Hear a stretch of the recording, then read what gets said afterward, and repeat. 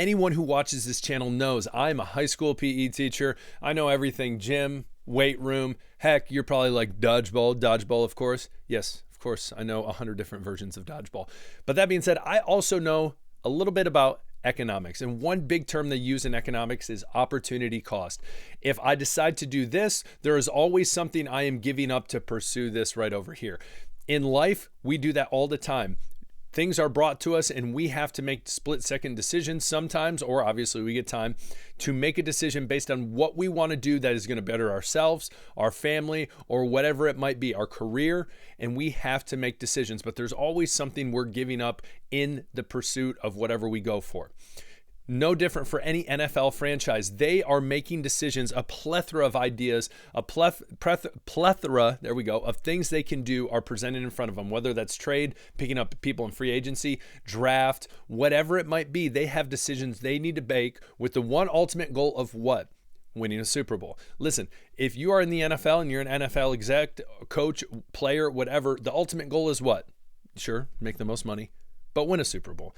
And so the big question for the Patriots is, would some of these big rumors that are dropping, would it be worth it for the Patriots to pursue them? Let's jump into it. My name is Aaron. You guys know on the daily pushing out Patriots content for people just like you who can't get enough Patriots football. So do me a favor, hit that subscribe button. I know there's a lot of you out there unsubscribe, mean the world to me. Hit that button. I appreciate it. Hit the like button. That really helps the algorithm as well. Comment below. So that being said, we're going to jump right into it. A lot of people know there's been a big rumor when it comes to Cooper Kupp and where in the world is he going to go. We know the New England Patriots wide receiver room is not something that many teams are jealous about. And so they are looking to fix that. A lot of people have talked to T. Higgins. I've heard people talk about trade rumors with DK Metcalf. You've heard about Chris Godwin down in Tampa Bay. There's been a lot of different things, but we know that the LA Rams recently came out and basically said, hey, our former NFL MVP, we are going to be putting him on the trade block. Send us offers, essentially, in the future. So moving forward, we know that the Patriots need a wide receiver. They need a wide receiver one. They need experience, and someone especially with Cooper Kupp, which turning 32, I believe. I think he still has a handful more years left in the tank, and we'll jump into his stats in his past years and a couple different things, his contract in just a second. But I think first and foremost, he would add a lot of experience. He would add a lot of leadership to that young wide receiver room. That is first and foremost. Second, as I said, I still think he has a couple years left in the tank. I definitely think that he is out of his prime. I think no one's going to argue with that. But when it comes down to it, I think he could add a good value to the Patriots. Now, the big issue is Cooper Kupp wants to go somewhere where he's going to compete for another championship, another Super Bowl, which he won, if you recall, back in 2021 against the Cincinnati Bengals and Joe Burrow. Now, Cooper Kupp, when it comes down to it, the Rams are going to take the best situation for themselves. What are they going to gain out of this? Sure, I'm sure they're like, yeah, we want to help Cooper Kupp and do whatever we can. But when it comes down to it, they're going to want to get what they want to get out of it. So sure, I think there's teams that are potentially like the Buffalo Bills is a possibility. Also, besides the Buffalo Bills, you look at the Washington Commanders possibly. You look at even, I've heard names like the Detroit Lions. But again, we know the Patriots are in need of a wide receiver. So off the bat, as we continue talking about Cooper Kupp, what are your thoughts, initial thoughts? Comment below. I would love to hear from you. But that being said, if the New England, let me read this for you. If the Rams wanting to take care of Kupp is a difficult situation, might actually prove to be an obstacle for the Patriots trying to obtain him. NFL Media's Ian Rappaport reported Tuesday the Rams could eat some of Kupp's contract by potentially paying down the $7.5 million signing bonus due to Kupp. If the Rams end up doing that, this is big, they would be easing the burden, making it easier for teams to acquire Cooper Kupp, who has a $12.5 million base salary for 2025, making the trade for him a lot easier. So that being said, you would get him, you would say, again, at the end of his career for a much better deal when the Rams are going to be able to eat some of that signing bonus. And so when it comes down to it, what would the Patriots, if needed, if they make a trade offer, what would they be willing to give up for Cooper Kupp? Now, I am assuming the Rams are going to be wanting draft picks. I think that's the biggest thing. I don't think there's going to be a team out there that is going to send and I don't want this to sound bad or disrespectful to Cooper Kupp. I don't think there's going to be teams out there that are going to be sending young, great potential talent to the Rams for someone like Cooper Kupp. Again, who knows how much longer he has to play in the NFL. So that being said, what are your thoughts? What are you thinking? Jumping into Cooper Kupp's stats right here. You see he has had great production. The past handful of years he's missed games due to injury. We know that, so he hasn't eclipsed the 1,000-yard mark.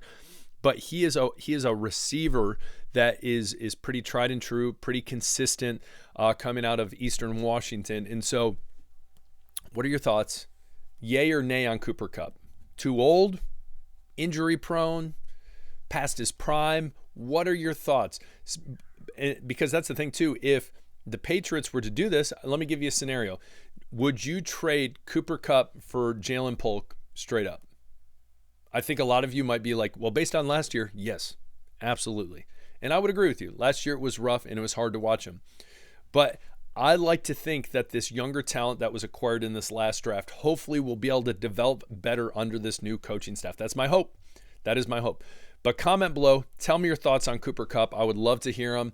And maybe give me a scenario. Who would you be willing to give up? What draft picks would you be willing to give up to acquire someone like Cooper Kupp to help bring more experience, bring more of a encouraging leadership environment to that wide receiver room? So comment below. Let's hear from you on that.